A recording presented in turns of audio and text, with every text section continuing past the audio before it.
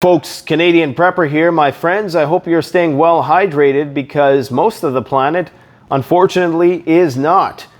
If you have H2O, you better thank your lucky stars and you better enjoy it, indulge in it, savor every last drop because we are seeing worldwide water shortages, the likes of which we've never seen before. We're talking about acute water shortages in the following countries. The UK, 18 out of 14 districts currently experiencing major drought. Northern Mexico experiencing one of the worst droughts on record. The United States experiencing arguably the worst drought on record, spanning from California all the way to Texas. We're talking about 60% of Europe. The Rhine River is drying up. The place is burning down. The people are sweltering. You got all these people with no melanin in their skin freaking out because it's getting hot, baby. The temperature is getting turned up. I think everybody there is going to start to look like me pretty damn quick. Lebanon, Pakistan, Afghanistan, Turkey, Syria, Israel, and India, among many others, are all experiencing acute water shortages that are leading to crop failures, that are leading to much more toxic waterways because the chemical concentrations now are even more concentrated. This is forcing the fish to literally jump out of the water and die because they just can't handle it anymore. Guys, this is a big, big problem. And for that reason, we are bringing back the one and only Dr. Doom himself, Guy McPherson. He's coming back to the channel. Remember, he came by, 4 years ago, and he said that in 10 years, every human being on the planet was going to be extinct? Well, probably a tad hyperbolic, but the thing I like about Guy McPherson, of all the climate scientists that I've spoken to, he just doesn't care, okay? He's at his wit's end with things, and he's sarcastic. He's a climate scientist with attitude. That'd be a cool name for a hip-hop group. And he tells it like it is, you know, and he doesn't care if there's somebody in their parents' basement who thinks that he's part of some shadowy Agenda 21 cabal who just wants us to be happy and own nothing. He doesn't care because he told the system to go F itself a long time ago. So stay tuned. I'm sure you guys are going to enjoy this interview that we do with Guy. He always has some interesting things to say and some interesting philosophical things to say as well about the so-called sixth mass extinction. Now, on the topic of crop failures, actually first you're probably wondering why the hell I'm surrounded by Berkey water filtration systems. You know, in the future, I think that when they say make it rain, you know, that phrase making it rain usually pertains to doing this with money or gold backs in our case, right? Well, I think literally in the future, you're going to have the post-apocalyptic pimps of the world, you know, being paraded through town on their chariots, you know, being carried by their harem of women or whatever the case, and they're going to be splashing water all over the place. That's going to be the definition of making it rain because water is going to be wealth. Wasn't there a movie once, a post-apocalyptic fiction about, obviously it was fiction, about you go into a bar and you can buy shots of water? Was that Waterworld? I can't remember exactly what it was, but I think that's what we're looking at here, guys. Mass crop failures in England have people a little concerned. I would be concerned too.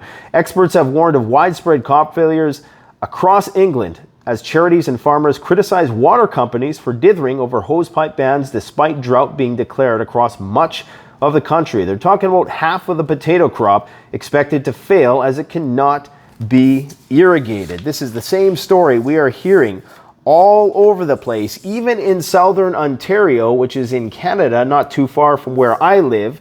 We are seeing possible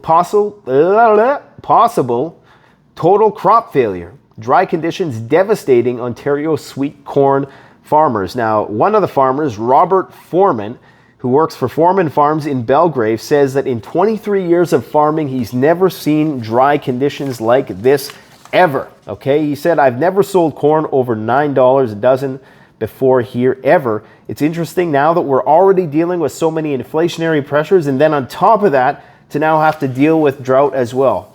Guys, last year I traveled across the country.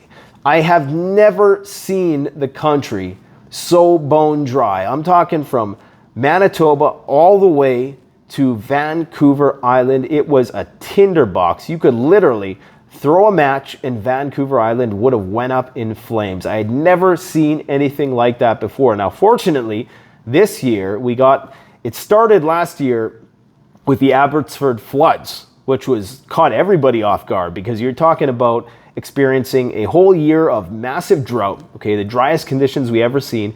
Then we get these atmospheric river anomalies that completely flooded parts of the Fraser Valley, I believe. It destroyed highways, created crazy supply chain issues.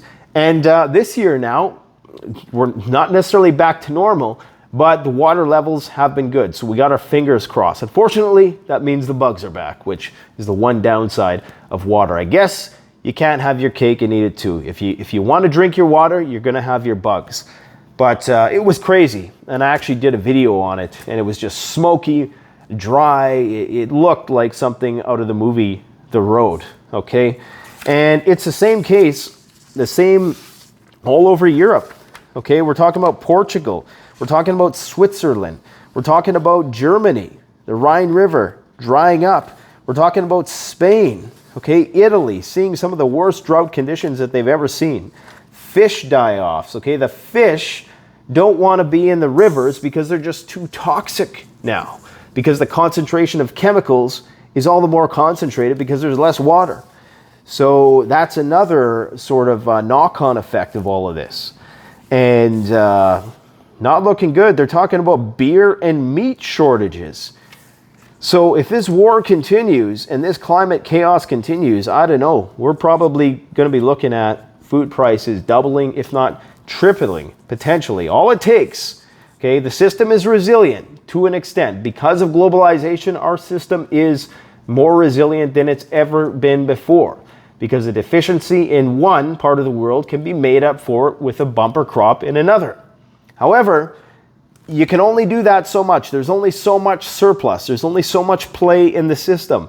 Eventually, okay, we're going to see it pushed over the edge, and we are going to be in a deficit, and we will see a Malthusian catastrophe somewhere in the world, like we may well see this year as a result of all of the grain shipments being halted coming out of Ukraine. Now, they are moving once again, but already Ukraine grain production is down with all these droughts that the world is experiencing. We're going to start entering deficit territory in terms of food production. Some people think we can just desalinate the oceans and kill all the coral reefs, kill all the fisheries off, but at least we'll still have grains because we'll be able to irrigate our crops.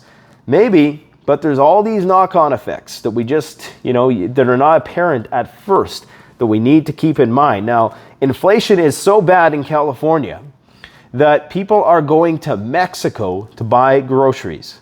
Get this. Consequently, some Southern Californians are driving 20 minutes every day from San Diego to Tijuana in an effort to opt for cheaper grocery items. Because, of course, the prices of food have been going up, ranging from 13% all the way up to 47% for eggs in some cases. And of course, that is going to vary by region. So in some places, it's going to be a lot more. All the more reason to get your garden in. Make sure that you have a way to collect water, purify water. And something you may not have considered for your preps is a water pump.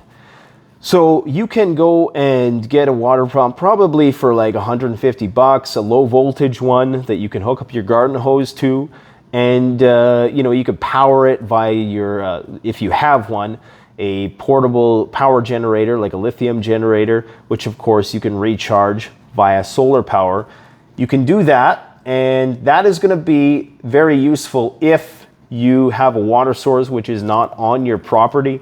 Even if you have one that's on your property, pumping that water to various places so you can irrigate crops or whatever the case might be is going to be very useful. So it's a prep that often doesn't get discussed, but I think a water pump would be incredibly useful, especially if you have to go far away and pick up water in a truck. Hopefully you have gas or you have some way of powering that vehicle. Maybe by then the Cybertruck will be out and we'll all be driving around in our, what's that movie called?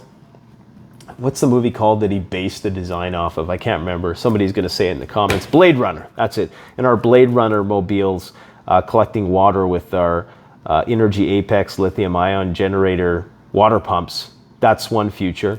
With our harem, with our wet harems, you know, who we've made it rain on. I've been doing this too long, man. Too long. Okay, guess what? Germany has set temperature, what will we call this? They're basically saying that you can't heat your building beyond 19 degrees anymore because they don't have enough gas. Because Nord Stream, the biggest pipeline in Europe that is pumping natural gas, is only pumping at 20% capacity. The reservoirs are not full yet. And in anticipation of shortages, they're saying that you're probably going to be a little cold this winter, so nobody heats their homes over 19 degrees. Right now, Spain won't let you air condition your home below 27 degrees. 27 degrees is, you know, it's pretty sultry. It's not hot per se. I mean, wet bulb temperatures, the temperatures that human beings can exist at permanently, is around 37 degrees Celsius. So 27 is definitely livable, but it's not comfortable either, especially when you're in that non-stop. Now, if you're from Dubai, you probably think that that's like very cool. Or if you're from Saudi Arabia, you probably think that's nothing. But, you know, for people who aren't used to that kind of weather, it definitely is something. Buildings and monuments will no longer be lit at night. Restrictions will be imposed on illuminated advertising. So they're cutting the power, all for the sake of winning the war. And according to the Spanish government's decree, shops, department stores, cinemas, hotels, and public buildings cannot have air conditioning set below 27 degrees Celsius in the summer or 19 degrees in the winter. So just make sure you got a healthy stockpile of sweaters and long johns this year, guys. EU is also in for another winter shock. The EU is getting hit hard. Diesel storage tanks are drying up ahead of the Russian oil ban, which is going to start on December 5th this year, according to the media. Okay. The latest data from Wood Mackenzie shows that the region's stockpiles of road diesel, heating oil, and other diesel-type fuels are set to dwindle this November to the lowest levels on record. Okay, so not looking good. So hopefully you have a forest that you can forage for firewood and a wood stove to burn it in. Now, on the topic of war, Russia has rejected calls from the UN to demilitarize the zone around the Zaporizhzhia nuclear power plant. For some reason, they don't want a bunch of Polish soldiers or UN soldiers policing the power plant on the territory that they're about to annex. Not surprised by that decision on the part of the Russians. So it looks like the potential for a radiological incident remains very, very high, unfortunately. But like I said, we could see if there is a major nuclear incident, like another Chernobyl-style incident as a result of some of this shelling hitting an actual reactor, which apparently the reactors there are a lot more hardened, like they're built to withstand a plane hitting them, like they're built pretty tough. But if there is some damage, that may be the only thing that stops this war, because that's going to force both parties to have some armistice and deal with the problem, because that's going to be bad. It's going to be ugly for everybody, especially seeing as it's right on that river there. Okay, so it's going to completely contaminate a good part of Europe. Now, the U.S. Air Division is deploying soldiers closer to Eastern Europe in response to the Kremlin saying that they're at war with NATO. Okay, so soldiers from a U.S. Air Assault Division that arrived in Europe in late July are now being sent to NATO members in Eastern Europe to help protect the military alliance's eastern flank. The U.S. mission to NATO announced Thursday as Russia fuels concerns that its war could widen beyond Ukraine. The mission said that nearly 2,400 soldiers, i.e. not enough, would be sent to NATO members Romania, Bulgaria, Hungary, and Slovakia to reassure our allies and deter our adversaries. So the U.S.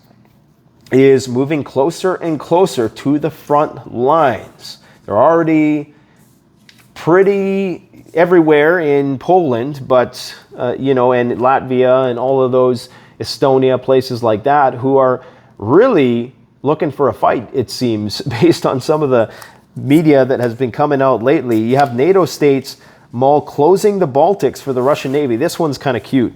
It looks like Tallinn and Helsinki, I believe, is Tallinn the capital of Estonia? Must be, have discussed the integration of coastal missile batteries that would enable the two NATO members to blockade the Russian Navy in the Gulf of Finland. Estonia's defense minister announced on Friday. They claim that the Baltic Sea will be NATO's internal sea when Finland and Sweden have joined NATO, and they're just going to, block the Russians out. The Russians are they're just going to be like, oh, well, I guess we lose, right? Some of these guys are really delusional, very, really bold. They say that the smallest dogs have the biggest bark.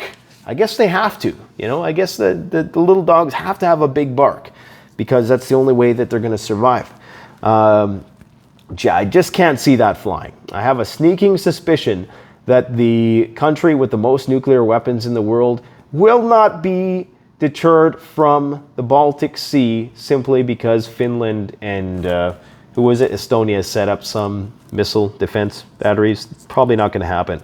U.S. military furiously, it's the word they use, furiously rewriting nuclear deterrence strategy to address Russia and China. Now, this is interesting, okay? They're basically moving away from the idea of mutually assured destruction. And they're saying that Russia, just check and see how much time I got left here, Russia no longer believes in mutually assured destruction, and they're concerned that Russia is going to drop a tactical nuke. I've been saying that for many months now. The United States is furiously writing a new nuclear deterrence theory that simultaneously faces Russia and China, said the top commander of America's nuclear arsenal, and needs more Americans working on how to prevent nuclear war. I have a genius idea. One of the first things we should do is not send Nancy Pelosi to Taiwan again. And maybe we should refrain from sailing these warships that we're planning on doing with the United States and Canada through the Taiwan Strait in the next week. Maybe, just maybe. I think that might alleviate some of these tensions, but what do I know? We have to account for three-party threats, Richard said. That is unprecedented in this nation's history. We never have faced two peer nuclear-capable opponents at the same time who have to be deterred differently. Again, let's not send Nancy Pelosi anywhere anymore.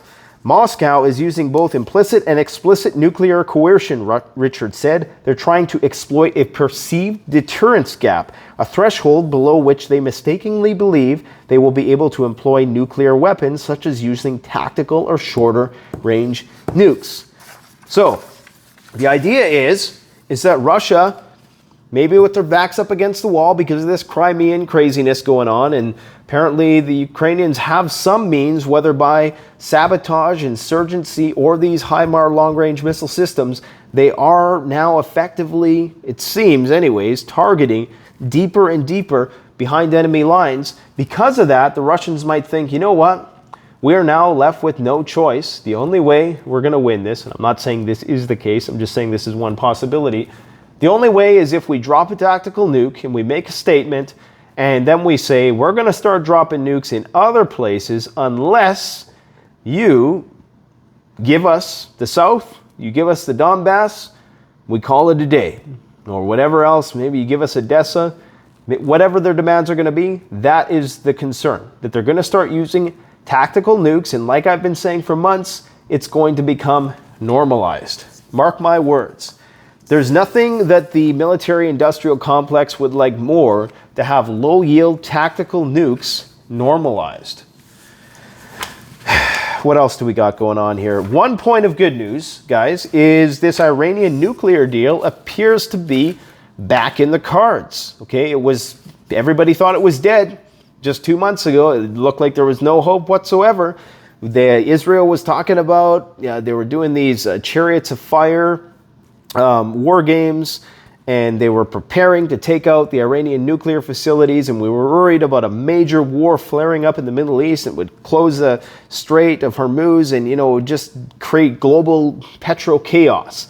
Now, the opposite might be true. This is one really, really promising piece of news, because what it means is that if the nuclear Iran deal goes through, that is going to bring another 1 million barrels per day of oil to the markets, albeit probably temporarily lowering the price of crude across the board if this goes through.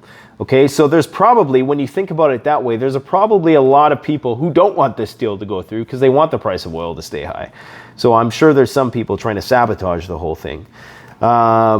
This, of course, comes as tension grows over the two countries after an Iranian man was charged for the alleged assassination plot on multiple U.S. officials. And apparently John Bolton was very upset because the price on his head was so low. It was only 300 grand. That's not that much, I mean, think if somebody wanted to take me out, I'd think it would be around there. So for John Bolton and Pompeo to only be worth 300,000 and $1 million, respectively, not very good. In terms of the whole Trump thing, I'm not going to talk much about that because I don't know much about it. It's interesting, though, that the word nuclear is being thrown around. Very, very interesting. What is nuclear? What are they pertaining? Is it pertaining to nuclear weapons? Is it pertaining to helping the Saudis build a nuclear power plant? Nobody really knows just yet. But they're making that connection there, right? And all I will say is that, like I've long since suspected, that we are closer to civil war than we've ever been before. Now, it's not going to be your conventional, one side with their muskets, the other side with their muskets type civil war. It's going to be these radicalized factions of the left and the right fighting with one another. And you're going to start to see more and more extreme examples of that. And yeah, it seems as though that the goal is to divide and conquer, and they're going to swoop in when the smoke clears, and they're going to bring in more militarized everything and more dystopian everything to try to manage the situation. Let me know what you guys think in the comment section below.